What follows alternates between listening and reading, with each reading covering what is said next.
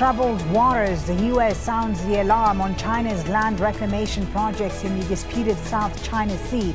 There are growing fears that Beijing's island building project is for military purposes and could destabilize the region. So, should this be cause for concern? This is Inside Story.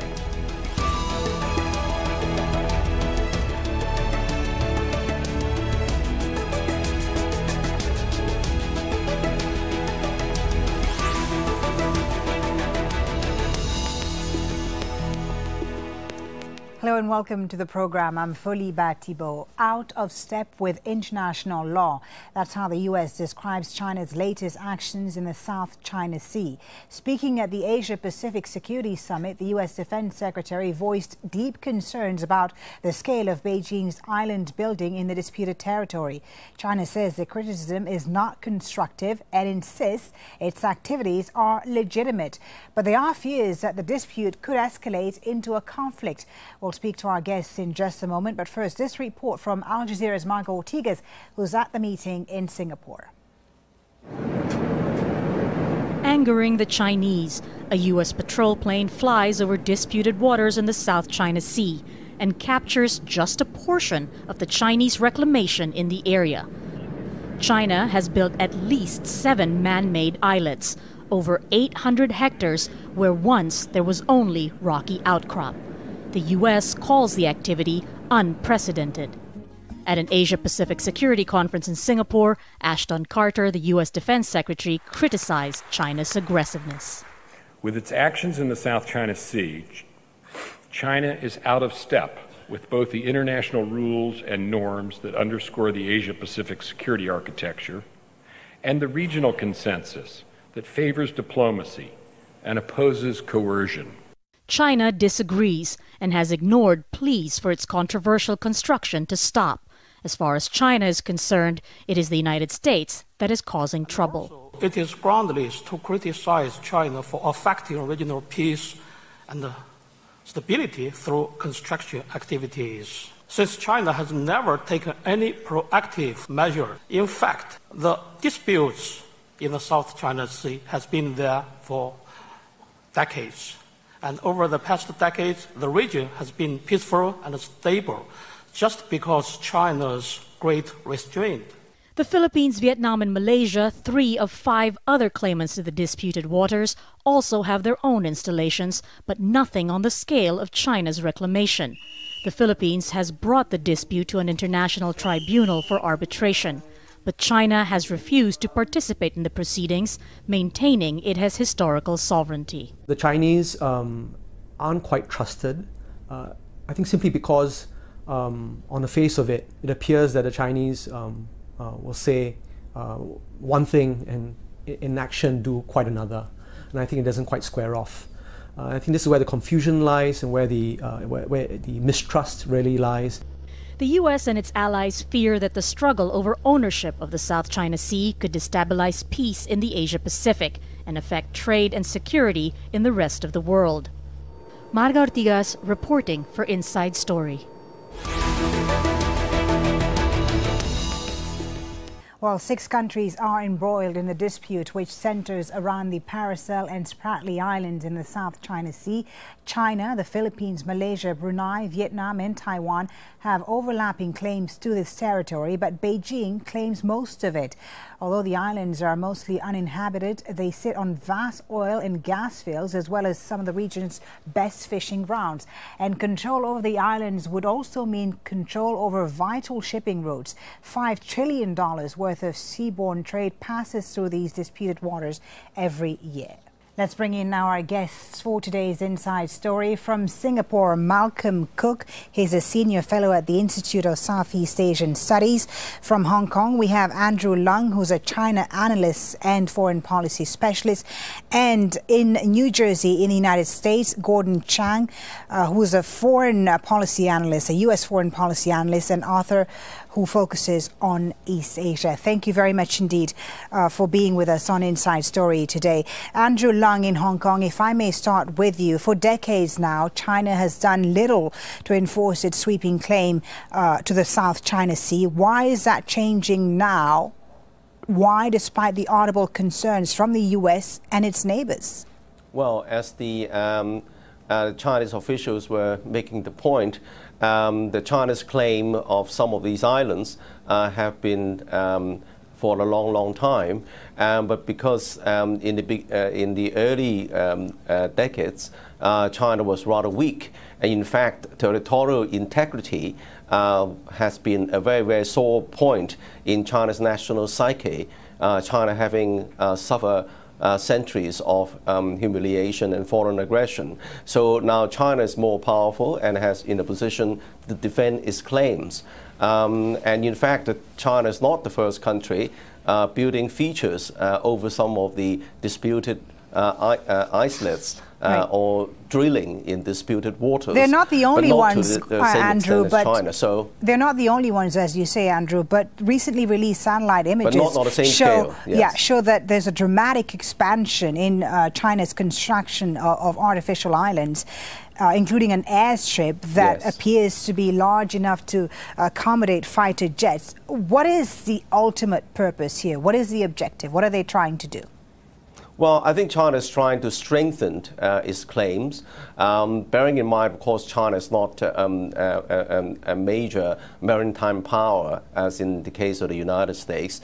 And when China is in a position to do so, China would like to, of course, want to strengthen its claims. But also, the South China Sea, of course, is a very important conduit of the trade and also importation of oil and natural resources, which is, of course, China's lifeblood.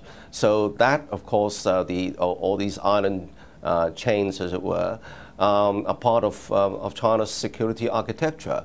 So naturally, China wants to build sort of larger sites, possibly for military planes. But also China has made clear that there's also, these constructions we include lighthouses and also search and rescue facilities which could be made available to other countries, including the United States. Okay. But the most important point is that these constructions, are they threatening civilian navigation? And obviously not yet. Okay, Malcolm Cook in Singapore, is China in the right over their claims to these islands? Is their reclamation legal?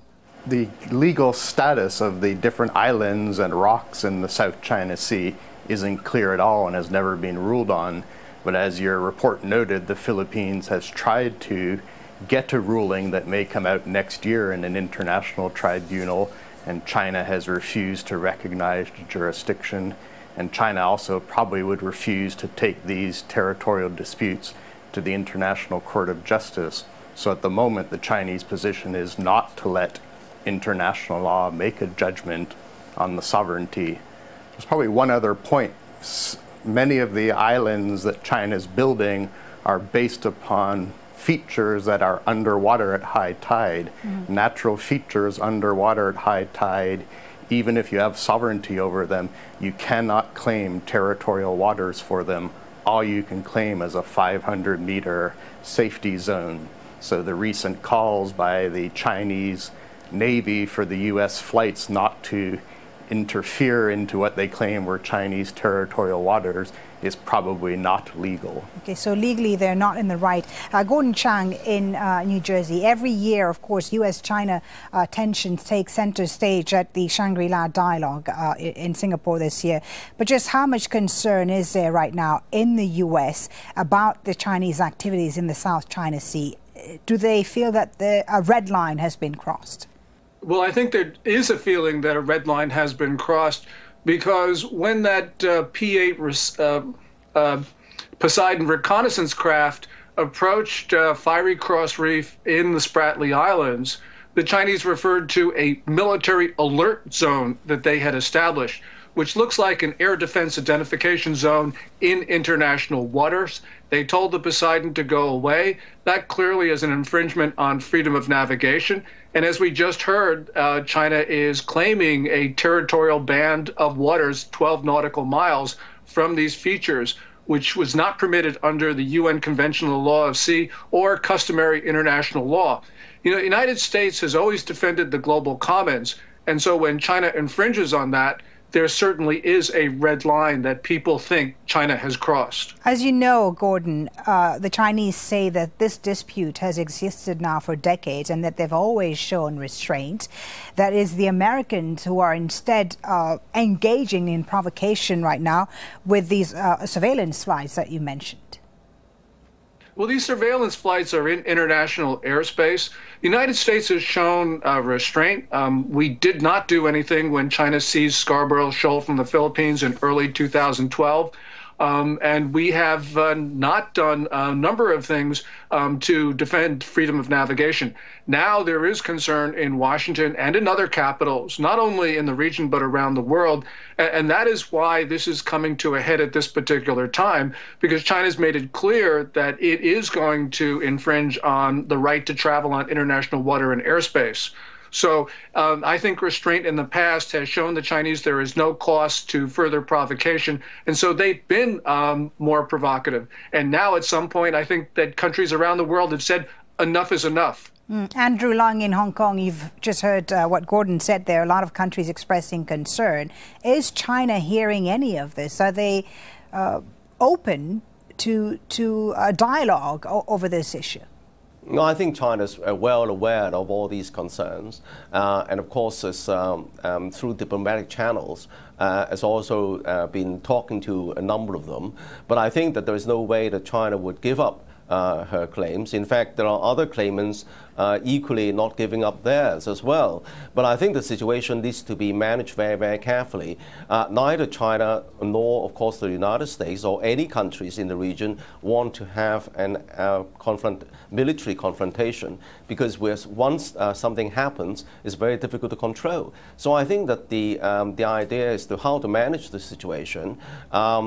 But to avoid unnecessary and unwanted misunderstanding or miscalculations.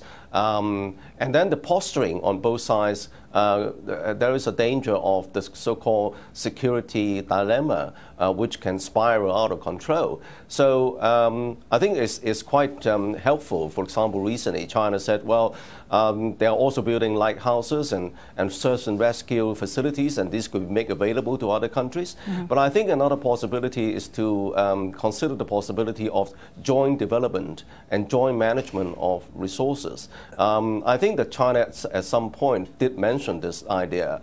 I think that needs to be further pursued. Sure. But of course, the more dialogue and more sort of open negotiations would be useful as well. When you say more dialogue, and China is not interested in confrontation, but nonetheless, I mean, the Communist Party reclassified the South China Sea as a core national interest, and this was back in 2012.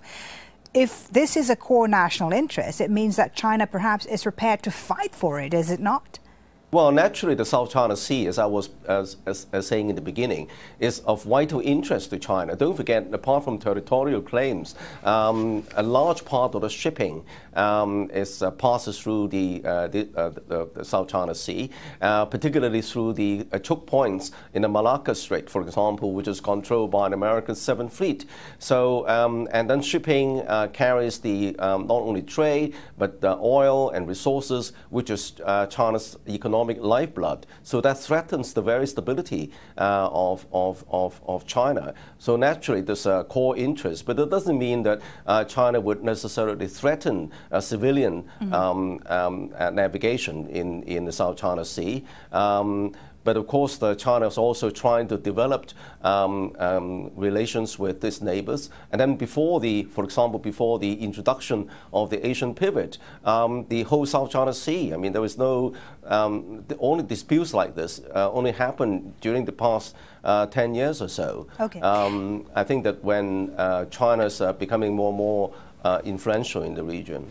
Let's bring in Malcolm now in Singapore. Malcolm, Andrew there says that China is not looking for a confrontation, that it's interested in developing relations with its neighbors. Do you agree with that? Do the facts on the ground support this?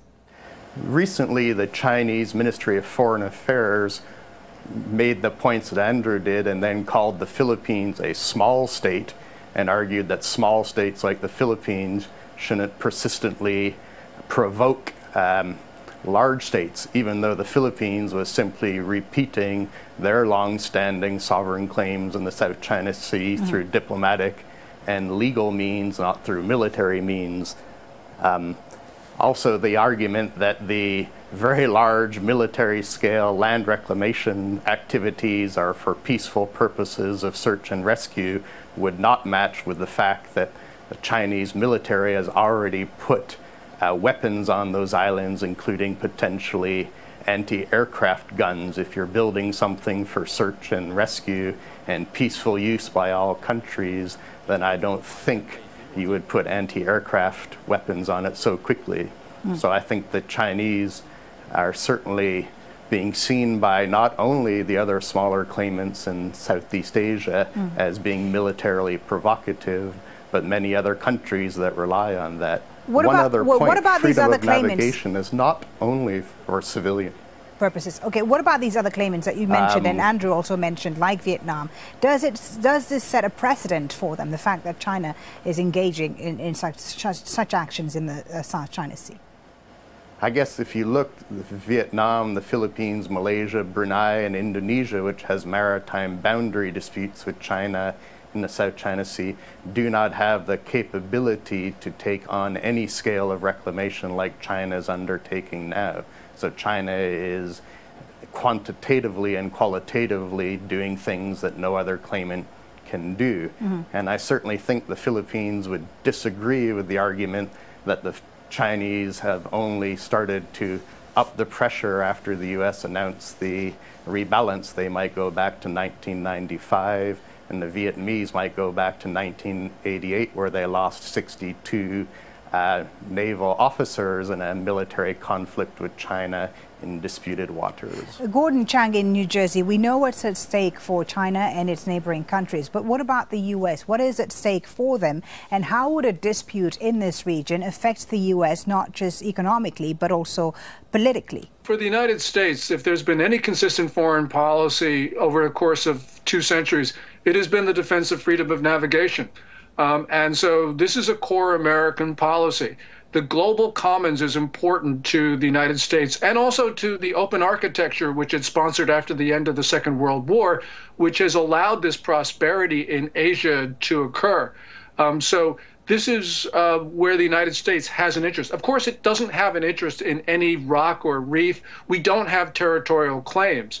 But the problem is, if you allow China to close off 80% of the South China Sea, then other countries will do so in other waters, and we will have a very different international system, one that is not open and one that is very different from the way it is today. Well, the U.S. Defense Secretary Ashton Carter is calling on all parties involved in the South China Sea dispute to stop reclamation efforts and seek a peaceful resolution. Take a listen. The United States is deeply concerned about the pace and scope of land reclamation in the South China Sea, the prospect of further militarization, as well as the potential for these activities to increase the risk of miscalculation or conflict among claimant states. As a Pacific nation, a trading nation, and a member of the international community, the United States has every right to be involved and concerned. Gordon Chang, you heard there, the U.S. deeply concerned, as we've said. What options does the U.S. have today in deterring China, Gordon? I think what the United States will eventually do is to fly over these features to show that this is international airspace and to drive ships through the 12-mile nautical zone that China claims and which I think is unjustifiable. And probably what we'll see is not just the United States do this, but other nations as well, as a demonstration that this is not just a U.S. issue, this is also an issue for other nations in the region. Because the United States is responding to pressure from other countries to basically show some leadership, which it hadn't done for quite a long time. So this is a regional issue, not just an American one. Andrew Lang, how might the U.S., how might China rather respond to what the U.S. might do that Gordon just mentioned there, these surveillance rights and so on, and if other countries are also involved, might China see this as a threat, and how will they respond? Well, of course, China's building all these facilities there, not only for civilian purposes, obviously, because China, as I was saying in the beginning, wants to strengthen its claims. And strengthen the claims means building defense, military defense facilities, including anti-aircraft armory.